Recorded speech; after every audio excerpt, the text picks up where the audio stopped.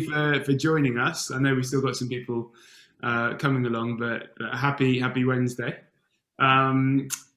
We've got a third in the series of webinars that we're hosting with Zanda today. We've got a fantastic one for you. A bit of a kind of overview first on Seedrs. If you don't know us too well, we are an equity crowdfunding platform or a private investment marketplace to facilitate the investment into startups and scale-ups. So essentially any company can decide to raise from its community or from a new set of investors using our nominee from the lowest price of £10 per share. Or in fact, if you're an investor, you can look and back the companies that you love without having to put angel money in, I suppose you'd say. But speaking of angels, we've got a fantastic panel today. It's going to be hosted by Zanda, so I'll let Andrew give a proper overview on themselves, but they're a staffing firm in the scale-up space. We've got Clara Durodié. I hope I pronounced that right, Clara. Sorry if I didn't. Best-selling author, NED and board member. Nick Telson, who exited founder from DesignMyNight and a big angel investor with Horseplay now, and Dan Bowyer, partner at SuperSeed. So without further ado, I'll hand over to Andrew to introduce that a bit more. We're going to be talking about how to build a board of directors for a startup. Really, really interesting subject. And we'll take Q&A afterwards. So over to you guys. Thanks, Ross. Thanks, Ross. And thanks to everyone that could make it today. Amazed at the interest and the number that could make this session, which is awesome. I'm sure that we can provide you with some insights that will be helpful over the course of your journey. So quick kind of intro. So who is Zanda and who am I? So essentially I'm one of the co-founders of Zanda, and Zanda supports startups in New York and London, and in fact anywhere at the moment, with their scaling up. So essentially partnering with founders and VCs in assessing the board of directors, the key senior leadership team, and then going out and identifying the relevant individual that has got the experience or skills or the black book that the founding team and the VC need. The series of webinars with Seedrs is, this is the third and the fourth series of webinars. The first two were focused around identifying the right finance leader, so how to assess your startup to choose the right level of finance leader, whether that's a CFO or a controller or a portfolio profile. The second was on how to build a forward-looking, scalable, insightful finance function. The one we've got in a few weeks' time is focused on when to bring in an in-house recruitment team, what type of hires that team can do, the HR function in general, and how to kind of scale up significantly internationally outside of kind of senior leadership board positions. But today, delighted to talk about something that's really pertinent and how to build an appropriate board of directors. And for this session, I was really keen to kind of get the opinion, a holistic opinion from a founder perspective, an investor VC perspective, and also an experienced NED chair. So delighted to have Nick, Dan and Clara with us today. So if we could do quick intros, that would be awesome. Nick, do you mind giving us an intro first? Yeah, sure. So hi everyone, and thanks for having me, Andrew. So I founded a company called DesignMyNight back in 2010. We exited in 2017 and had a 2-year earn out. So fortunately, I exited Jan 2020. So very good timing, especially in the hospitality space. Wasn't planned. And since 2017, I've also been an active angel investor. So I invest in over 35 companies across UK, US. And that is under the bracket of Horseplay Ventures, which is an angel investing arm. And finally, I've got a podcast, which is like a Dragon's Den, but for pre-seed and seed pitching to myself and a guest angel, which is called Pitch Deck. That's me. Thanks, Nick, and very, very well done with your timing in the last 12 months. I'm going to ask you for the national lottery numbers later. And Dan, and before we get this from Dan, please show us the teeth one more time because they are incredible. Yeah, I'm going to get you for this one. So yeah, my name's Dan. I'm a partner at SuperSeed. SuperSeed invests in seed, hence the name, stage businesses, and we focus on business automation. So thinking about all of the boring things that go on behind the scenes at GlaxoSmithKline, or the HR toolkits, all of the payroll or the ops, whatever it might be. We love that stuff. Anything that is automating business from the backside. That sounds very wrong, but from the back end, that you don't see in the press or get all the glory on the front page of the Sun for being a 22-year-old founder in the latest, greatest social media platform. So anything that's behind the scenes, we love. Background-wise, entrepreneur by trade, built and sold a couple of businesses over the last 15 or so years. Turned to the dark side 3 years ago and became a VC. And the value add that we add as a fund is that we help our founders sell. So we invest in technical founders, business automation, and then we help them go to market and do fabulous things with clients and get to Series A as quickly as possible without the wheels falling off. Thanks, Dan. Great overview. And Clara? My name is Clara Durodié. I have a very long history behind me, I could say 25 years in technology innovation in financial services. I started with in 1996 with the first conversation about bringing Equifax and improving their offering over here in Europe. So from that point onwards, I set up a company which I sold, and then I moved. I came to Oxford, did a degree, and then in 2003, as everybody would do that, on the tail of 2000.com. And then after that, I got into financial services, where I joined a small firm. I turned down JP Morgan, nice and cushy job, and I joined a small firm. We've grown it from 20 people to 350, sold the business, stayed for another 4 years, joined the board of directors, did more typical work in the regulated environment in financial services, like sitting on risk management committees, audit committees, and all that. By training, vocational training, I'm a financial, I used to be a FCA approved person, which means that you are recognized for your skills and you're a professional recognized by the regulator.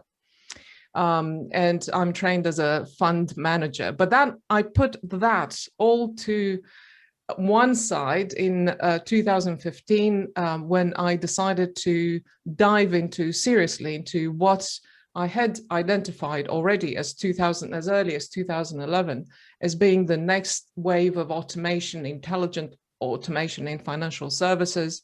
So I stopped my nice and cushy job in financial services. I resigned.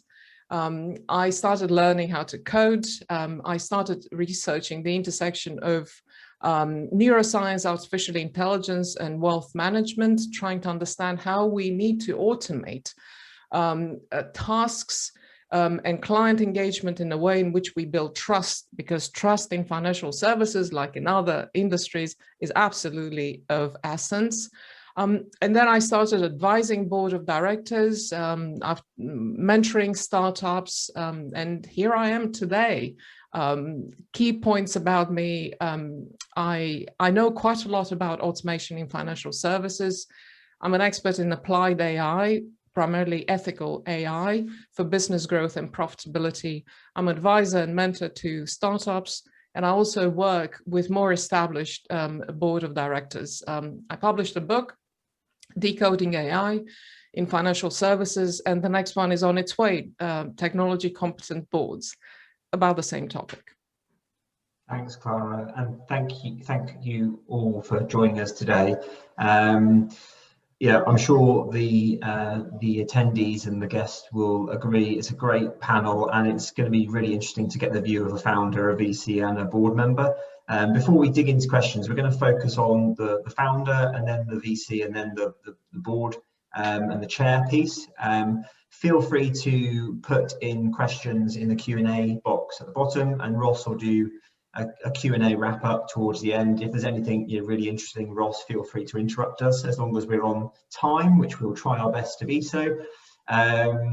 Before we dig into the questions with Nick, I just encourage you all, as most of you will be founders here, to kind of think about your startup and your founding team before we dig into this. Obviously you're going to get opinions from three different experts here, but I encourage you to have a think about kind of what is your founding team currently. Is it a sole founder piece, or do you have founding partners that cover other functional specialisms? What are the key milestones that you've got leading up in the next 6 to 12 months or 24 months? What is the growth trajectory of your business? Is it launched yet? Have you got product market fit? What are your expectations in those areas? And what is the complexity of your industry sector? So, when we talk with startups and we talk with founders and VCs, it's all about, what is the realistic growth trajectory? What are the next milestones, and what skills and experience do you have in the senior leadership team and the board already? And what are the complexities that you're going to face? So do bear those in mind as we go through this conversation to try and make this more individual to you. It's obviously a holistic view, so you'll probably hear difference of opinions sometimes and different views, but it's all healthy, and hopefully it will give you some insight. So Nick, if we could start with you, when did you start considering bringing advisors on board at DesignMyNight? So it was all pretty new to us. I think so. We started in 2010, and we'd had the dot-com boom, then crash, and we sort of launched in the recession, really. And we were very green. So we both, myself and my co-founder, came out of the corporate world. So I worked at L'Oreal for 5 years, and Andrew worked at Accenture, so very corporate. So we had very good grounding in sort of business. And I think what was important for us before looking for advisors was looking where our skill sets had gaps. And I think that's very important when looking for a co-founder, that Andrew and I very much complemented each other. We didn't have the same skill set when we put ourselves together as co-founders. So I was very much marketing, branding, sales. Andrew is more financial operations, sort of HR side. The big gap we had was tech, which is quite a big gap. So we first actually outsourced our tech just because of money. We didn't have money to pay anyone really to come and join us, so we used like an Indian agency to launch the first V1 of the product. But then we actually looked to our pool of friends, and I think a lot of people say, well, don't go to friends all the time, but for us, we actually did it twofold. So we had our eye on a friend of ours who we wanted to be CTO, who worked at Google. But we knew we couldn't afford him yet. So we almost brought him on as a advisor and friend from the dev side to help us. And we would go and visit him sort of 3 times a week for lunch at Google. So we got free lunch, which was great. And we got him excited about it.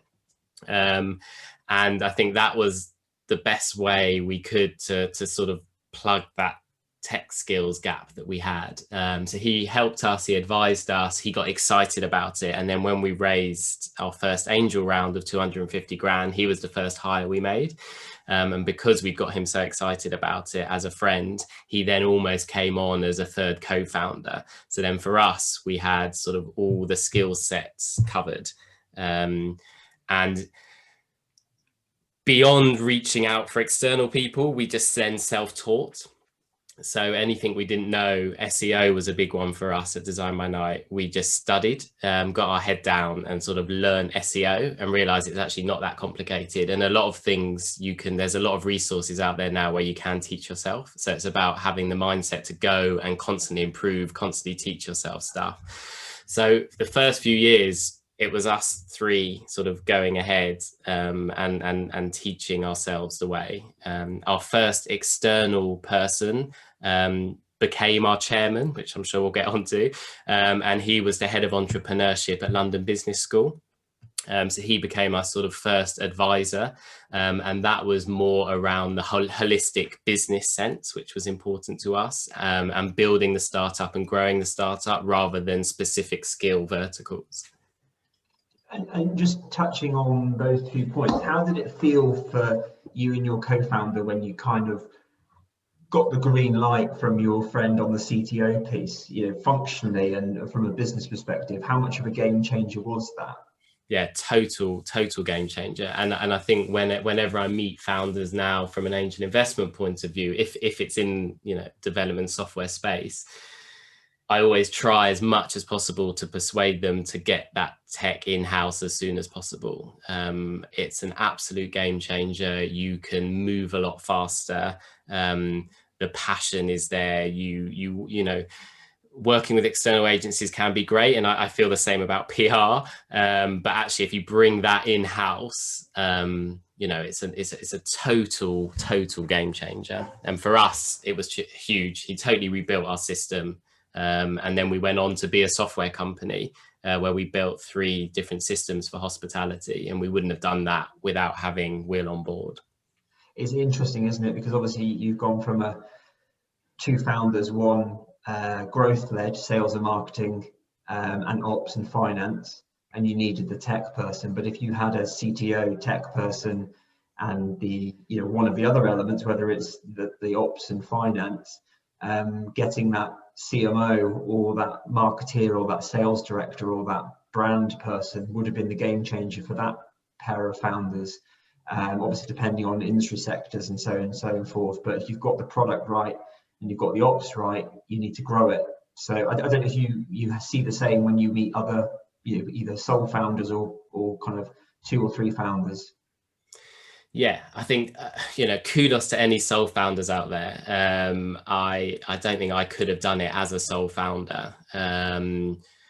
You've got to work doubly hard to make it as a sole founder. And if I see sole founders, the company I'm very excited about, one of my first points is, okay, how and when are we going to bring in a team to support you? Because it's an incredibly tough, lonely job to do it by yourself. And another point on how it worked well for us was you've got to think selfishly as well. So DesignMyNight, we were very meticulous in our thinking in what we wanted to achieve with DesignMyNight. We know we wanted an exit. Let's be honest, we weren't changing the world with hospitality product for the better. It wasn't around sustainability or anything like that. We knew we didn't want to work at DesignMyNight for our whole life. So Andrew and I had a very fixed plan on funding and then exit, which luckily we executed. If we would have had 3 or 4 founders, obviously the exit money is a lot less. So what we were able to do with our CTO was obviously bring him in with share options, which were very lucrative for him if we were to achieve that exit.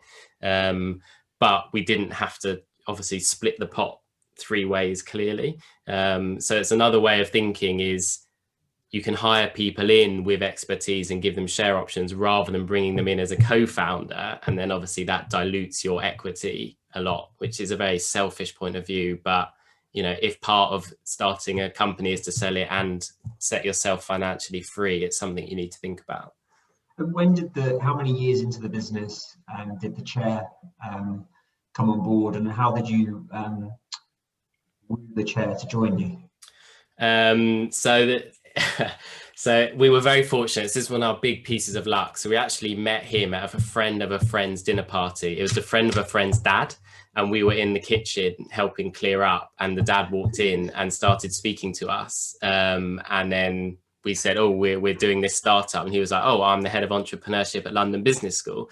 So there's the universe helping you out. But we were very, very fortunate because he's a lovely man, and he actually just said, look, why don't you come and meet me once a quarter at LBS, and just I'll be happy to advise you for an hour. So we didn't have to give him anything. Unbeknownst to us, he was sort of prepping us, and actually after about 6 months of him advising us, he then said, I think you should raise some cash, and actually I'd like to help you lead that round with my network of angel investors. So he was sort of prepping us while helping us. So at that stage, we didn't give him anything to mentor us. Is that Keith Willett? John Bates. Oh, John Bates. Yeah, I know John. Great guy. Yes. And Sorry, how many years into your business was that? So we were about 1.5 years, 2 years in. So we bootstrapped it for 2 years.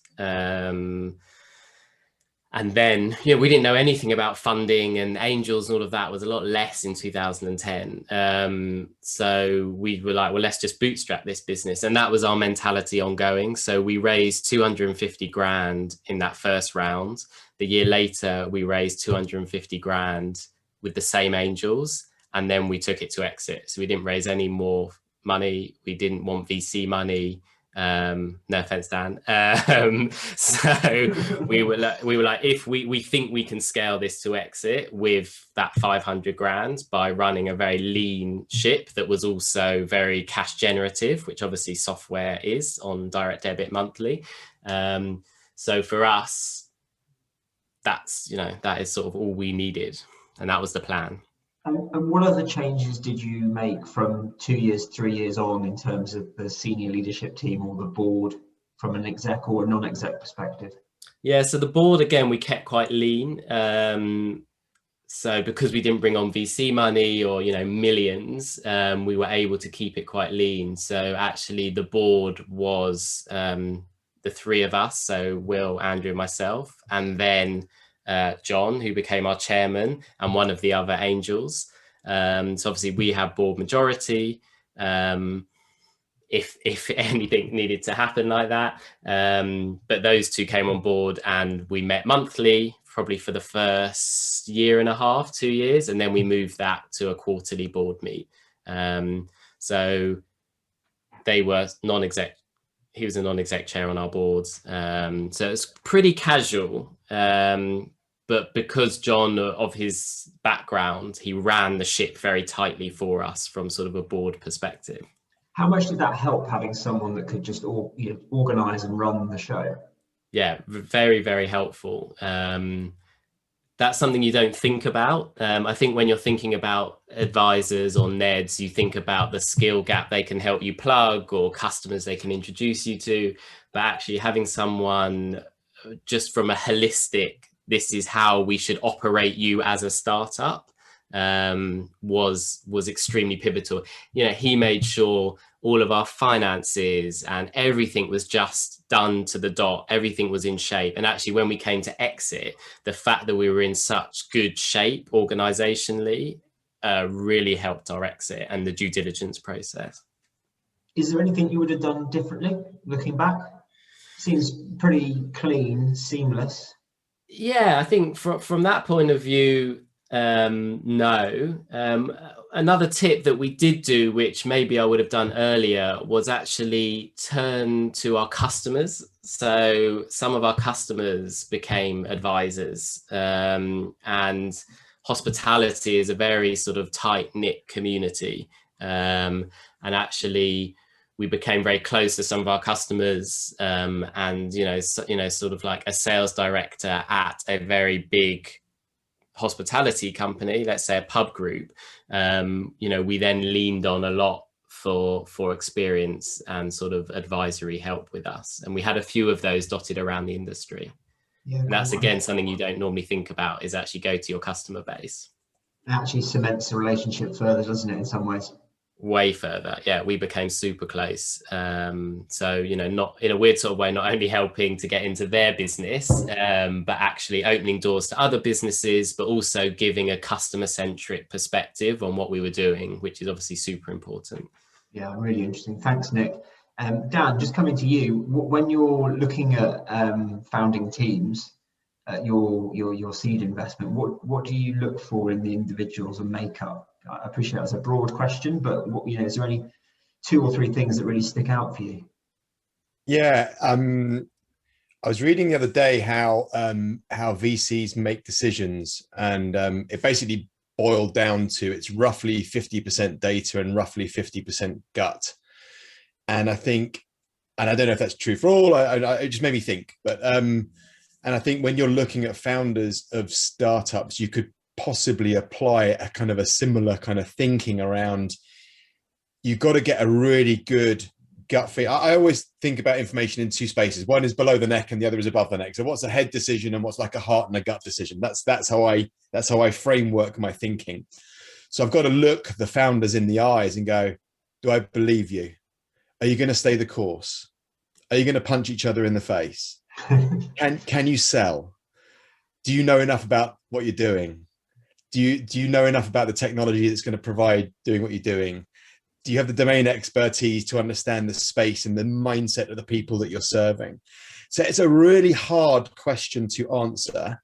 And a lot of it comes from gut feeling. It's a lot of it's guttural. It's like this kind of sense of, I get it, I get you, you get it, you're going to do it. Breaking that down into mechanics is really difficult. But does that answer your question in any way, shape or form? I think so. I think so. What's your thoughts on sole founders?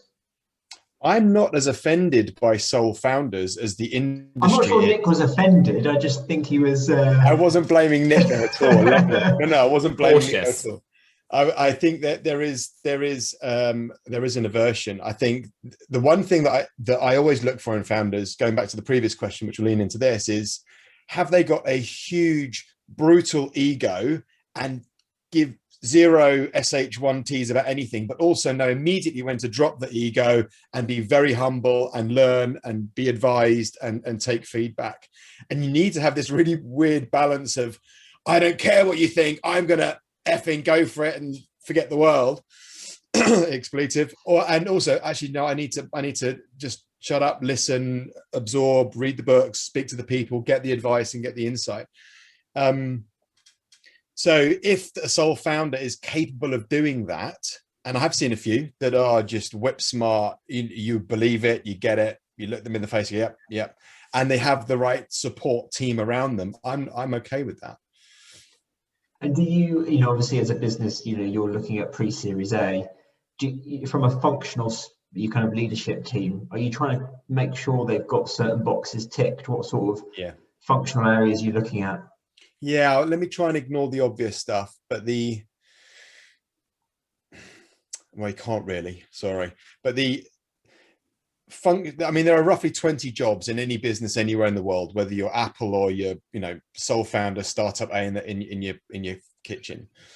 So you need to understand what functional responsibility is. And by that, I mean, what jobs need to be done to get to milestone X, and then with a view on the vision. So what's the longer term play on this, and what do we need to do to get to become investable? What do we need to do to become, to have 50K monthly recurring? What are those milestones, and what functional responsibility do we need to take, and the roles and the positions that we need to fill, and the functional things that need to be done.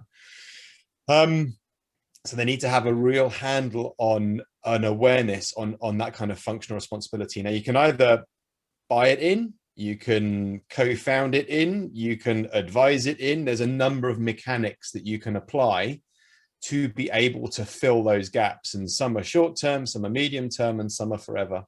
You hope. I mean, that's what you want ultimately, but I'm starting to waffle now. But my other key learning in this is to almost like let people roll through. You will not get it right first time round. And that's what some people do, but it's very rare, and that's okay. Give people the rope to hang themselves, set the parameters, set the expectations, and then let them roll through. And just be very clear on who's doing what, and very clear, as I think Nick was talking about, I know that I'm good at this, I know that I'm not particularly good at that, and then filling those gaps. And the other framework that I always use is what is strategic and what is operational. As you've probably gathered, I think in frames, I think in form and structure in my head. So everything is a framework to me. So what is strategic, which is advisory, is kind of management, it's the thinking stuff, and then what is the doing stuff. And those that think don't often do, and those that do can't often think. Some people can sit in the middle. So just be very aware, framework wise, are you asking for brain juice, or are you asking for doing juice, or a blend of the two, and make sure that's explicit. Do you take an advisory seat on all of your investments? What's your general? No. So we take a board seat on most. Some of the ticket sizes we do, our average ticket size is 300-400K. We're just about to close our second fund, which average ticket size will be about $1 million. But when we do smaller tickets, sometimes like not the last one, but the previous we do roughly an investment a month. Every month, every 6 weeks, we do a new investment. Some of them are, we love you, we don't really get it, we love you, we think you're onto something, small ticket, 50, 100K, and you know, money, and we're just going to step back and we're here if you need us. You know what we do, and we're here if you need us. The larger investments are, we take a board seat on all of them, and obviously everything that we lead, yes, and most that we don't lead, where it's 300, 400, 500K. And we're talking about round sizes, 1 million, 1.5 million. So we are a sizable investor in that pot. We will take a board seat.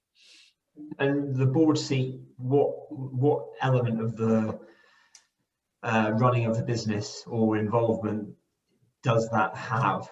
Well, I mean, coming back to strategic and doing, we think in kind of 3 spaces. There's board, there's advisory, and there's you know, operational chops. So a lot of the operational stuff we do is around sales and go to market. Board is strategic, and obviously implied in there is network, because at board you'll want somebody who's probably been there and done it, understands the domain really well, and or has a vast network. And sometimes that's one person, sometimes that's 2 or 3, and you'll work out how to blend that. But they're the kind of the three pots that I would think in for board. But you've also got to think, am I going to meet you once a month and you're going to kind of rain on my parade and of my kind of my board pack and nag me and moan at me? Or are you going to actually get involved and help us do stuff? Are you just going to throw things over your shoulder, like a connection or a sale? So when you're kind of creating your structures of advisory or board or however you want to do it, you've got to think what flavors do you need in each of those containers? And there is only really, you can either work on the business, you can work in the business, you can give me money, or you can kind of send me clients or connections. So they're the kind of the parameters.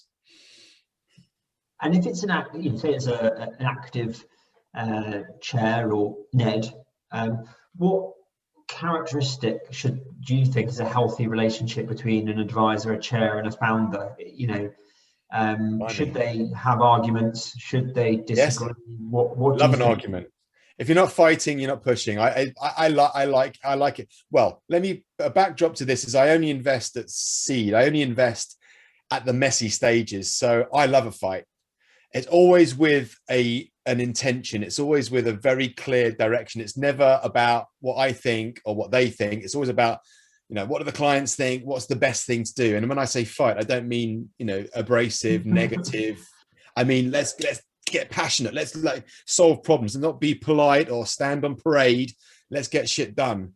So I like a good, active, scrappy conversation where you're constantly trying to cut to the wheat as quickly as you can. That style doesn't work for most boards that I sit on, and most people that I know that sit on other boards are very proper, and it's very polite and diplomatic and political, and I am not that character. And I turn down seats and advisory roles where I can't be what I think is required because I'm obviously just not a good fit. And that's fairly common. That's because I'm a particular Marmite character, so that's fairly common. So and that's another thing you need to get in your board right. You need to get the energy right. I'm working on one board at the moment where the energy is completely wrong. There's a very experienced domain-centric exit entrepreneur who is bulletproof smart, but him and the 2 founders are not even chalk and cheese. It's, you know, it was a paper relationship, but you've got to get the energy right. So to do that, you don't jump into bed straight away. There's lots of kissing and cuddling before you jump into bed. So I think Nick also touched on this, where they got to know each other, and he actually found out that he was being groomed by this guy. No, that's the wrong word, but anyway, but you know what I mean. But there was a relationship building up, and it's the same with board. And sometimes people roll through. So sometimes, like with NEDs and even in board, have it as a fixed time scale. We're going to be doing this for a 3-month project or some kind of check-in period of time, so you're not stuck on that negative side. And again, I'm rabbit holing elsewhere, but is that what you wanted to talk about? No, yeah, it is. Do you think that just the last question for you, how often do you think the NED or the chair or the advisor piece needs to change in a startup's journey? Now, I appreciate that is very independent of each startup, but do you think it needs to change consistently if a business is hyper growth or has got lots going on? Yeah, can do. The one trigger that I've seen a number of times is, and it's to do with team dynamics, is that founders don't always make great CEOs. And it's a bit of a fundamental question for you as a founder is, can you run the business? And as you get from seed, which is messy, get to product market fit, and as you get to that 50, 70, 80, 90, 100K monthly recurring, and you go, oh, blimey, this is becoming an operational business. It's not kick, bollock, and scramble to get to product market fit. You're there. That is often where the board, advisory, NED, and functional mechanics in an organization need to shift. And it's a really hard thing to do. And it's a really hard thing to do well and quickly and seamlessly. And sometimes that can be an energetic and a functional shift within an organization. And that does mean a bit of a shuffle. But do you know what? If everybody at that stage can't look everybody else in the eye and do what's best for the company, then they need to be gotten rid of, because the eye on the prize is all that matters. I do not matter. What I think does not matter. And I'm not trying to be flippant here. It's always about what's the best for this thing that's greater than the sum of the parts right now. And you will find that seed to A jump is a pivotal moment. I agree completely. Thanks, Dan. Clara, what would attract you to join a founder? What is it about a startup? I'm sure you get offers many times, but what seals the deal for you?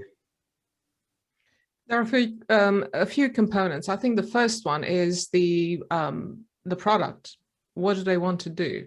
The second thing is diving into the technology they are saying or they are already employing. It's very important to me. I understand that piece, and I typically engage quite deeply with founders from the beginning. So I understand how they go about delivering their product and their vision in terms of technology. The third component is the founders. And it's not just their capacity to deliver, someone mentioned earlier, the size of their ego, the level of humility they can display and shift between the two states, high ego, high humility, which are, by the way, very important. I look at the moral backbone of that person. To me, it's very important, and I'll tell you why. This is a very far-reaching component about one's character. People who lack the backbone, the moral backbone, they typically don't develop technology which is ethical. They typically tend to cut corners, find ways to perhaps cut corners with the board as well, with the investors. They don't think twice about cutting corners with, sometimes cutting shorter statements. They're prepared to mislead people. So I don't want to have anything to deal with those people. And if they're good enough to hide that from me, it comes across at some point. And at that point, I typically jump, I leave. Okay, so to me, that's the third component, in addition to technology prowess and knowledge, obviously sector knowledge and all that, and the vision they have. The third component is the moral backbone of those people. So I was saying it's important not only for the implications, long-term implications on product design, delivery design, but it's very important to if the company aims or investors aim to grow that business, say like, I don't know, reach Series D, like really grow the business, turn it into a unicorn, you have to have strong governance, and you have to have a handful of people who you can trust, and people who have the strength of character, because sometimes it's down to the strength of character to say no to cutting corners. But yes, to be honest about it and show the investors, we're going to do this way. It's going to be harder, but that's how we're going to do it. That's a good indication for large size investors as well, because typically that's an indication of less problems that company might have in terms of putting out the fires. You know, there are so many. I mean, people who are involved in this, they know that some horror stories can happen. And when you start from a slate of people who believe in this moral values, in addition to technology, vision, and all that, that's the place where I want to be. And from the different boards that you've worked on, what's your opinion of how a structured board can help growth in a business? What does that structure enable? When someone early in the call, I think Nick mentioned about the holistic business vision of a startup. I think this is a mission a strong board can deliver. And when they are, and someone else mentioned about the energy and how the board comes together, when they come together, then the whole board is able to deliver and push the company forward. And I've seen companies which reach unbelievable levels of growth in a short period of time because they're guided by a strong, sound board.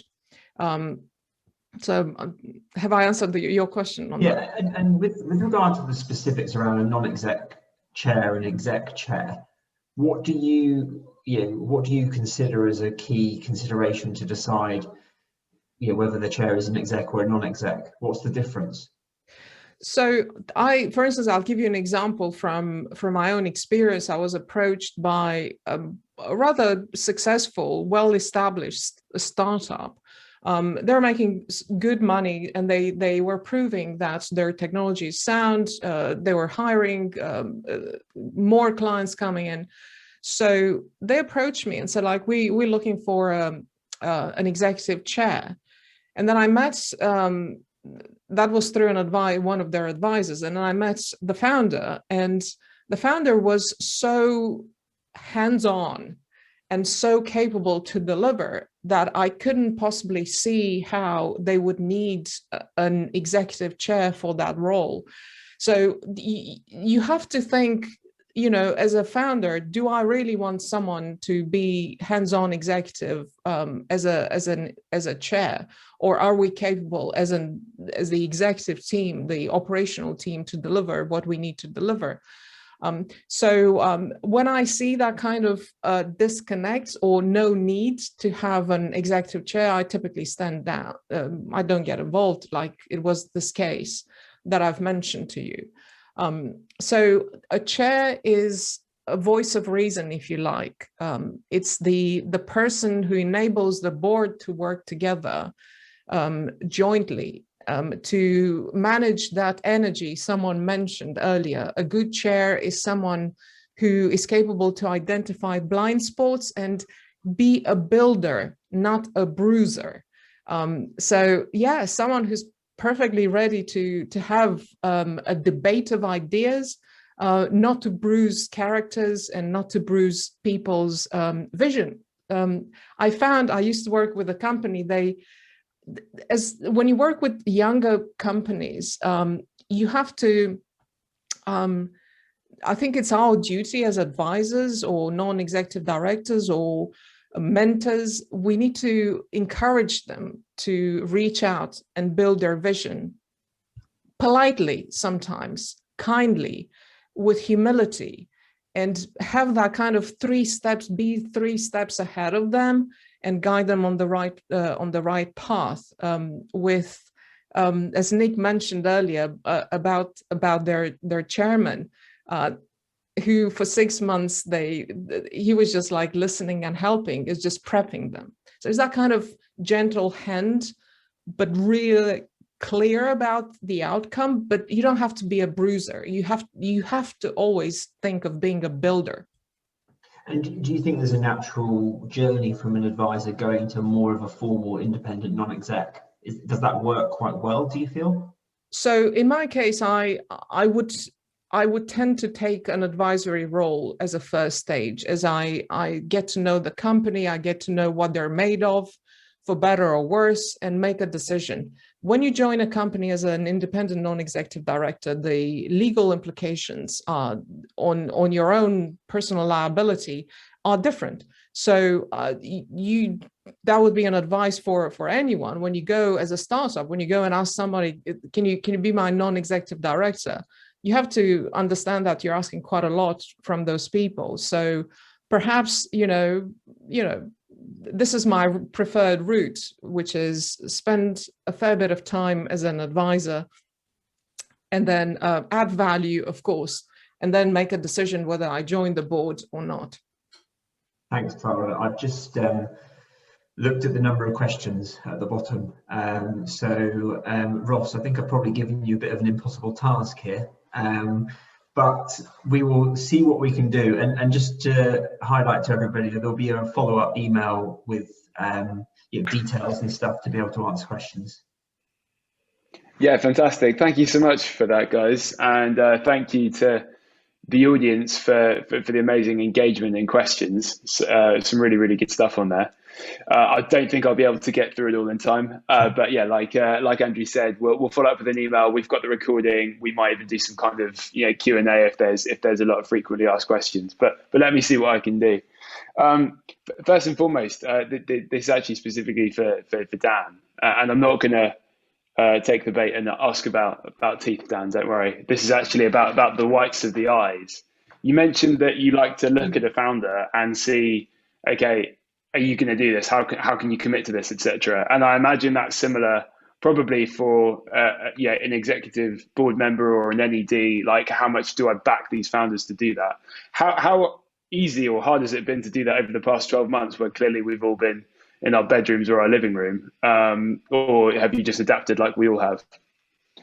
Ask me in 5 years when we get the fund returns. But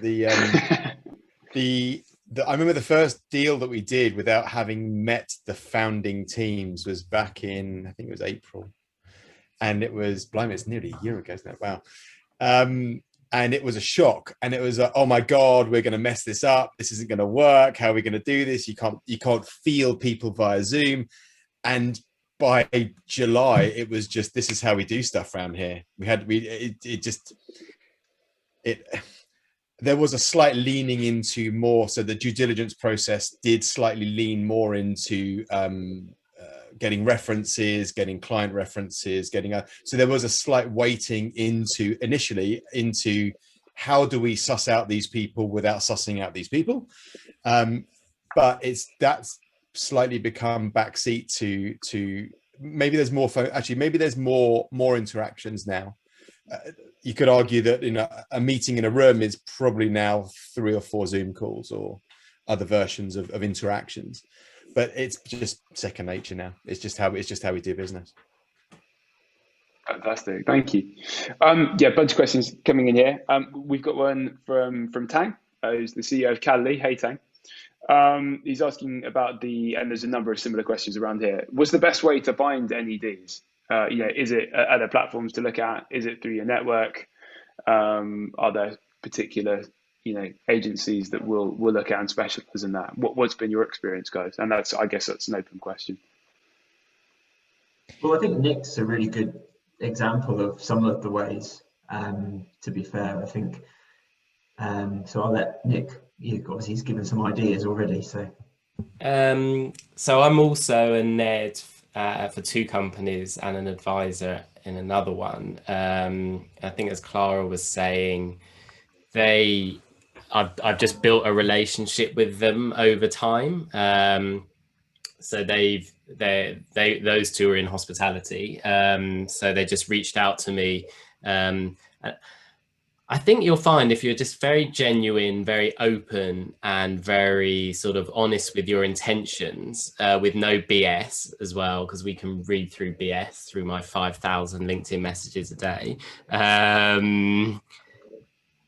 You'll find people are very receptive, and it might just be a straight no. But actually, if something piques, let's say, my interest, and as Dan was saying, you just get a feel for this person. What I would often do is say, okay, well, look, let's have a couple of calls. Let's get to know each other. Let's get to know the business. And then I will also be very open, because obviously it's my time as well that I want remunerated for, unless it's like a mentor-mentee relationship. And I'll say, look, what is your vision? Let's say we do build up a good relationship here. You like me, I like you. You know, are you looking at equity? Are you looking at payment? Would you want to be bringing me on as a NED? You know, what is your vision for talking to me? Let's just be open about it. And then you just go on that journey. So there's no magic pill to find the NED, but, you know, LinkedIn is a great place to start. Your networks are a great place to start. Things like this, webinars. And if you honestly look at that person's profile, you know, don't just send a generalist message like, oh, I admire you because you're a founder. Like, you know, what have I done that you think really will help your business? Or what videos have you watched of me that you think will make me connect with you? And that's just being honest and sincere is the way to go forward, I find. Fantastic. All right, thank you. That's super useful. It kind of begs the well, question that was asked a lot of times, you can probably imagine. It's kind of, what do you offer advisors? And I guess my take on that would be, as someone who doesn't know anything about this at all, but it probably changes over time. I imagine the earlier stage of the company, the more likely it is a kind of equity setup. Maybe later when you're revenue generating, it could be more fee or commission based. Clara or Nick, I suppose, do you have any views on what that looks like? We had one question from the crowd, which was asking that, which was saying that some founders are not sometimes not generous enough. So I assume they might be an NED. But any views on that? Welcome. So I think there is, it has to be a clear understanding that as a startup, you're taking that person's time, and you have to be respectful of that person's time and say, I would welcome you to do this many hours per month, and this is what I can offer. And the very important thing, and I speak, this is reality, and I'd like to share it with this group of people here in the audience. There are startups which offer an advisor or a non-executive director a pay in equity in lieu of a cash payment on a monthly basis for their time. And then when they raised the money and they reached and they took everything they could from that advisor, they turned to the advisor and says, like, we're not going to release the equity to you. Good luck. So practices like this are very dangerous because the word travels. And once you promise something as a startup, you have to keep your promise. In terms of equity, I typically would take equity if I believe in the startup, in the team leading the company, and I would be open to that.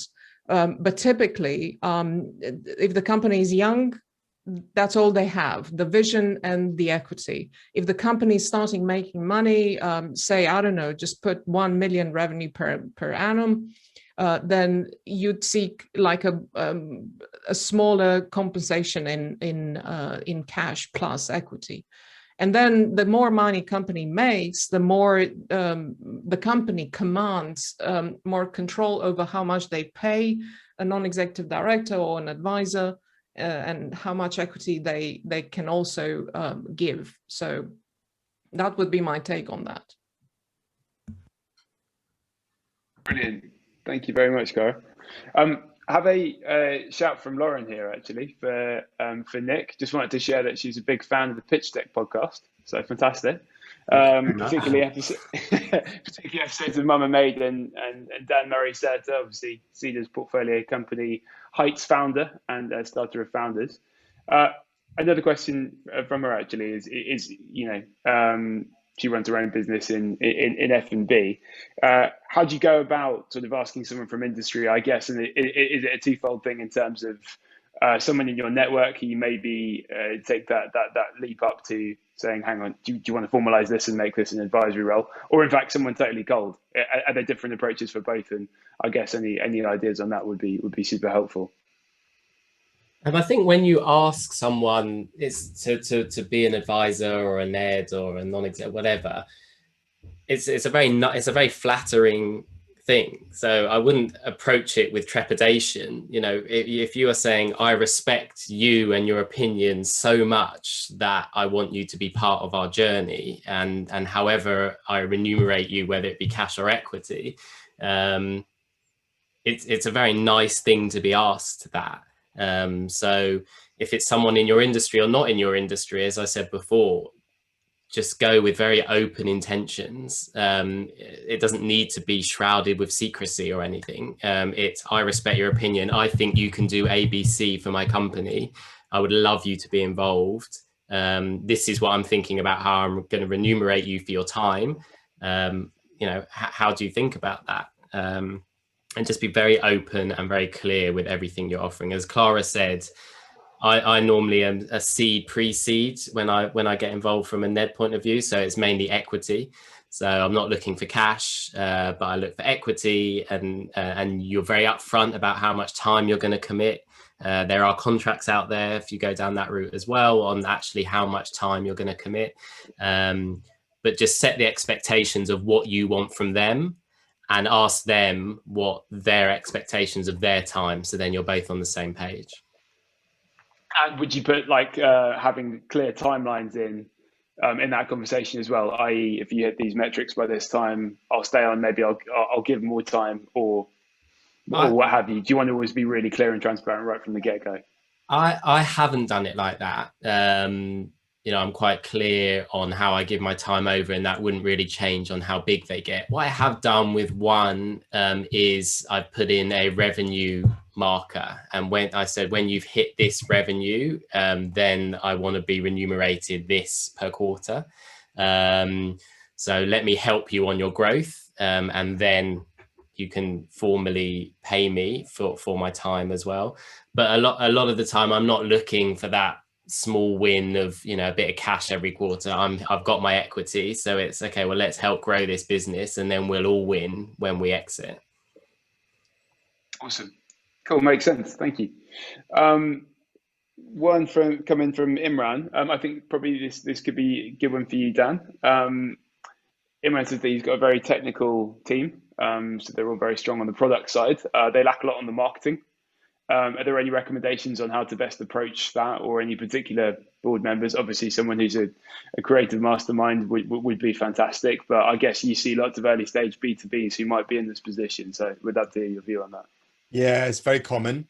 So with technical teams, I'll start with the pitfall. So generally speaking, this happens on the sales side as well, so I guess they're interwound. But what generally happens is the technical teams will get in head of sales or marketing lead or whatever the shiny function is, and go, phew, I no longer have to think about marketing because Susie or Dave is going to do it. And Susie or Dave can't know what you know, can't do what you do, and you can't communicate particularly clearly as to how you need them to do what they need to do, and it fails, and it generally speaking, it falls on its ass. So what we tend to do is be the segue piece, so create a segue piece where we upskill the founding teams with the required knowledge to be able to recruit the right person at the right time. And that's a coaching function that either we take as the partners in SuperSeed, or we bring in experts depending on the startup, or if we don't have the time or the knowledge.